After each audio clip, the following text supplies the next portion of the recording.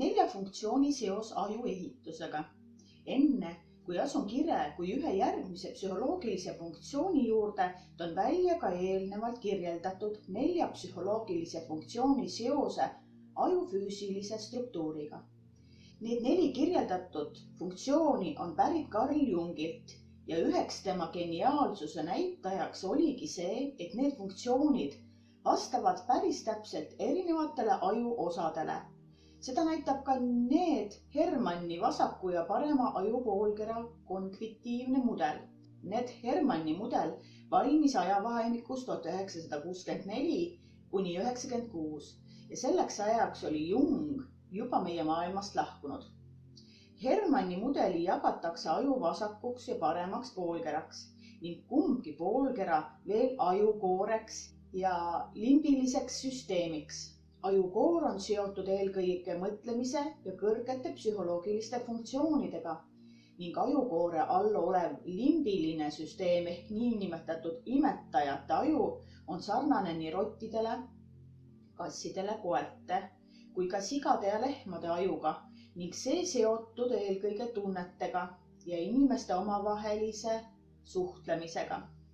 Hermanni teooria kõneleb sellest, et erinevatel ajupoolkeradel on erinevad funktsioonid.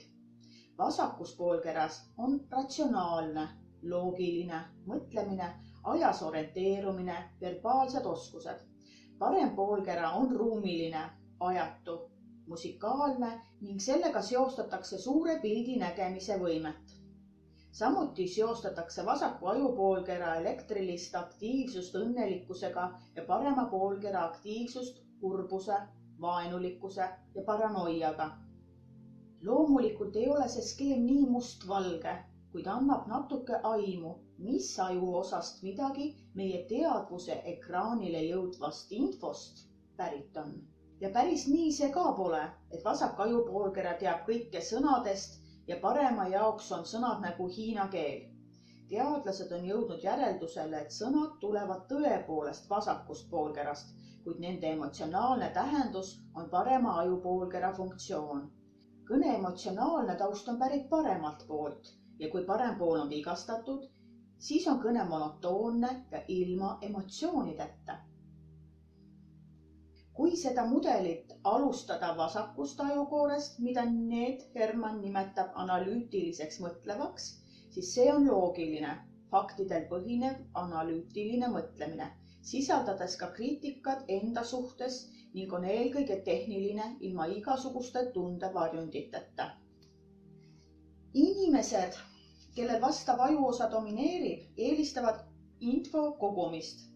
Nad analüüsivad ja proovivad aru saada, kuidas asjad, nähtused ja protsessid töötavad. Nende inimeste kriitika põhineb faktidel ja loogilisel järeldustel. Jungi käsitluses on vasak ajupoor analoogne mõtlemise funktsiooniga. Vasak limbiline süsteem on Hermanni jaoks järjestikuline mõtlemine. See on seotud võimega teadvustada detaile, panna tegevused järjekorda, see planeerib ja organiseerib. Võtmesõnaks on siin struktureeritus, organiseeritus, plaanipärasus ja detailsus. Jungi mudelis on see siis meelelisus, sest meeled on kindlasti need organid, mille kaudu me detailidest teadlikuks saame.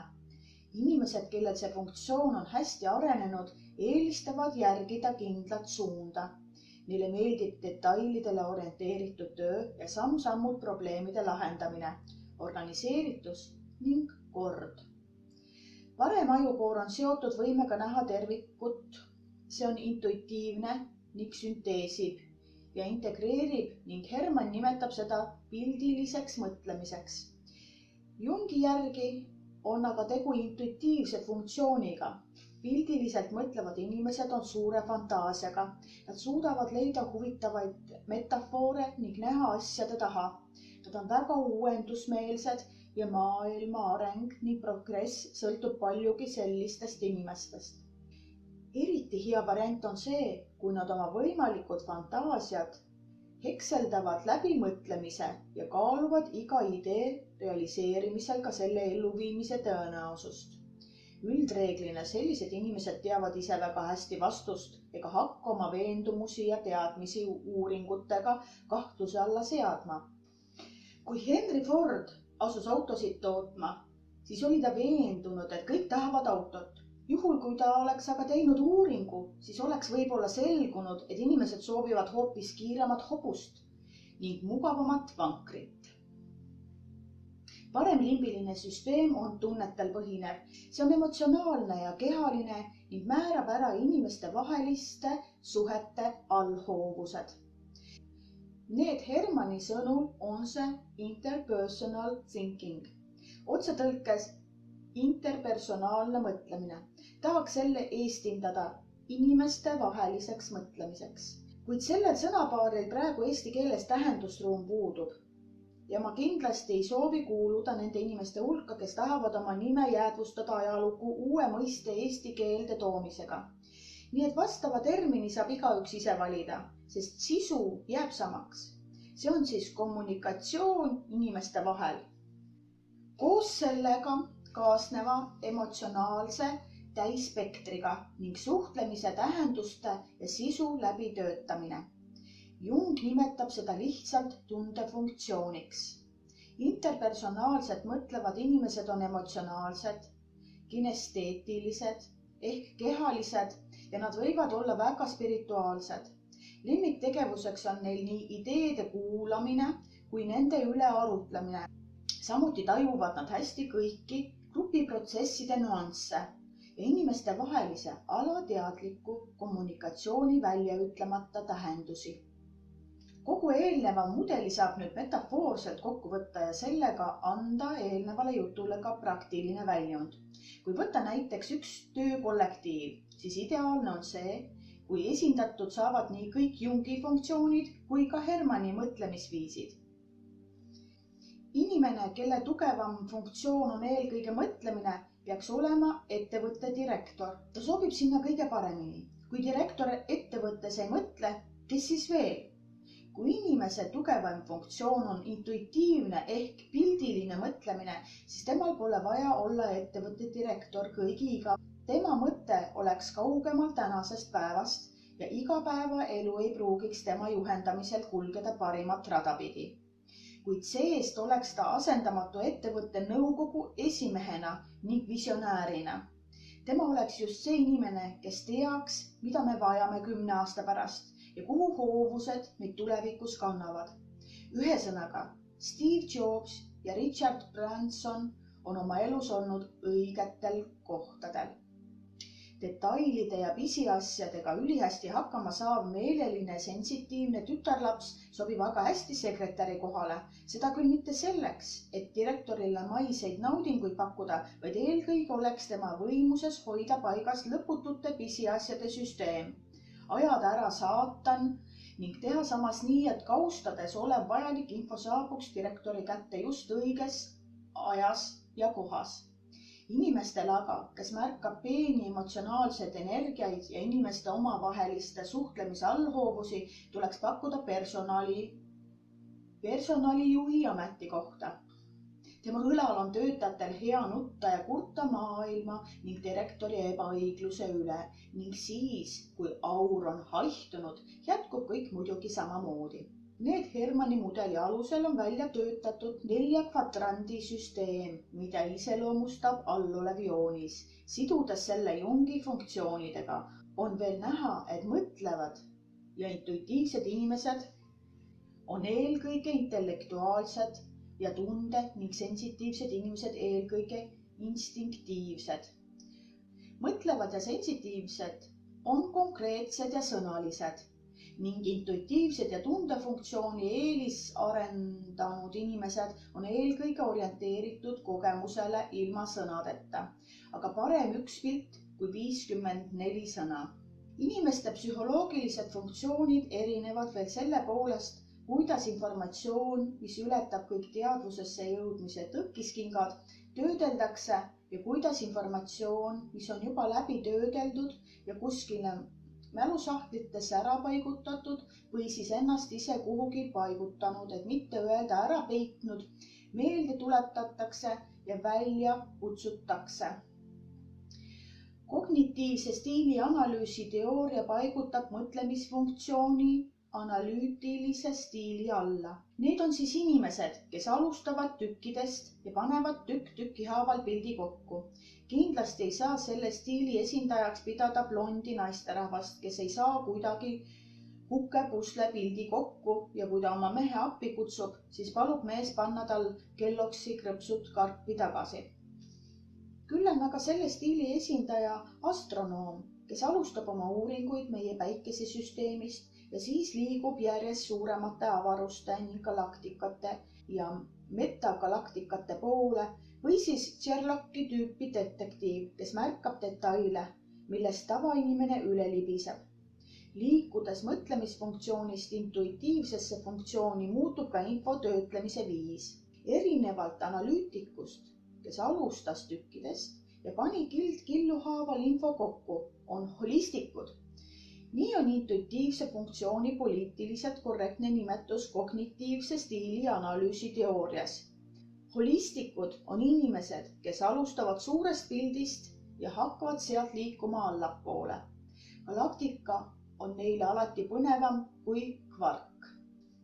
Nemad on inimesed, kelle jaoks mitte kunagi ei ole võimalik kirjeldada kella lihtsalt vedrude ja hammasrataste summana, sest selle liitmistehte üheks staadiumis ei teki vastusena aega ega aeg on just see, mis teeb kellast kella, mitte aga nende vedrude ja hambuliste rataste kombineerumine.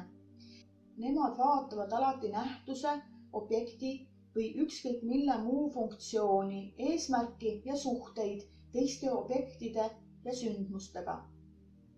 Midagi ei eksisteeri nende jaoks iseseisvalt, kõik on osa millestki suuremast ja samas koosneb millestki väiksemast. Kuid uurimisteravik on suunatud sinna suurema suunda. Analüüs ja süntees on ühtlasi lõputute vaidluste alus. Samas on need ühe mündi kaks poolt, mis ei saagi kokku puutuda, kuigi räägivad samast objektist. Mis on analüüsimine? Analüüsimise eesmärk on midagi paremini mõista ja midagi uut teada saada. Selleks võetakse analüüsi objekt osadeks ja siis uuritakse iga osa eraldi ning tulemuseks saadakse objekti kohta teada midagi rohkemat. Lihtne näide.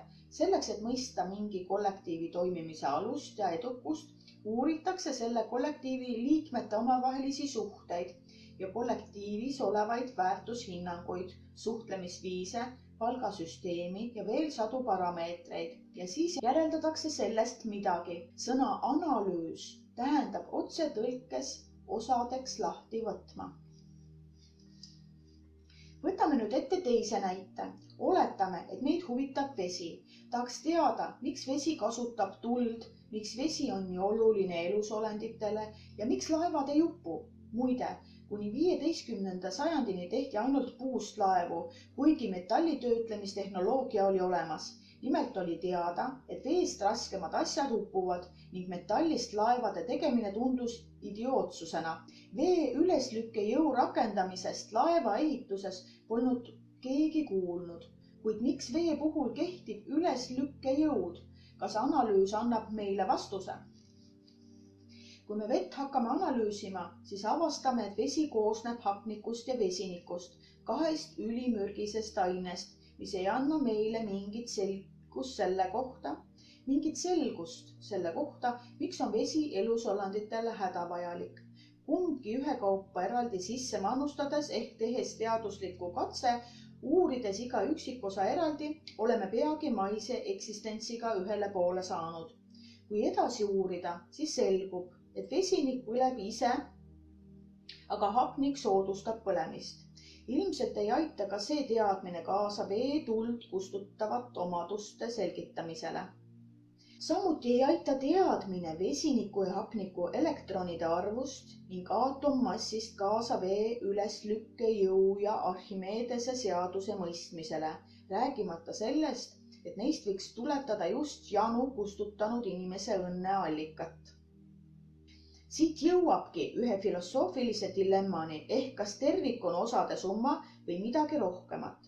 kas tervikut on võimalik mõista tema osasid uurides või tekib tervikus juurde midagi uut, mida osades ei ole ja mida üksikute osade uurimine samuti ei oska ette ennustada. Mina arvan, et tervik on alati midagi enamat kui selle komponendid. Ka kellavedrusid, seiereid ja sihverplaati uurides võib kindlaks teha nende keemilised koostised, suurused ja värvi, kuid see ei anna meile midagi teada aja kohta, mis on kella tõeline eesmärk. Siit võib nüüd teha just neid järeldusi, mida igaüks soovib. Siit võib nüüd teha just neid järeldusi, mida igaüks soovib. Kuid kuna mulle meeldib psühholoogia ja inimene oma terviklikkuses, siis minu järeldus on see, et inimese olemuse, mõtlemise, tunnete, igatsuste ning unistuste kohta ei suuda tänapäeval domineeriv psühholoogiline paradigma, mis püüab inimese psüühikas toimuvat seletada läbi keemilise elementide, reaktsioonide ja füüsiliste protsesside, kunagi lõplikku vastust anda.